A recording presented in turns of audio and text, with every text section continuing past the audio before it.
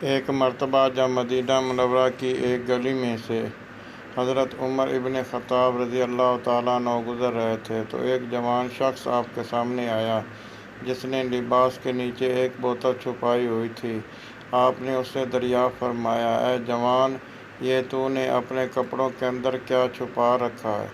چونکہ وہ بوتل شراب سے بھری ہوئی تھی، نوجوان کو شرم محسوس ہوئی کہ وہ شراب کا نام لے۔ اس نے دل میں ہی دعا کی، یا الہی، حضرت عمر رضی اللہ تعالیٰ عنہ کے سامنے مجھے شرمساری اور رسوائی سے بچا لے، ان کے سامنے میری پردہ پوشی فرما، میں اب کبھی بھی شراب نوشی نہ کروں گا۔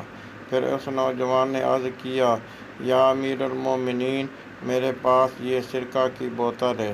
آپ نے بوتل دکھانے کو کہا۔ جب دکھانے کے لیے وہ بوتل آپ کے سامنے کی گئی تو آپ نے دیکھا کہ واقعی بوتل میں سرکہ ہی تھا۔ یہاں دیکھیں کہ ایک مخلوق نے دوسری مخلوق سے خوف کھاتے ہوئے توبہ کر لی تو اللہ تعالیٰ نے بھی شراب کو سرکہ میں تبدیل کر دیا، کیونکہ اللہ تعالیٰ نے دیکھ لیا تھا کہ اس توبہ میں خلوص تھا۔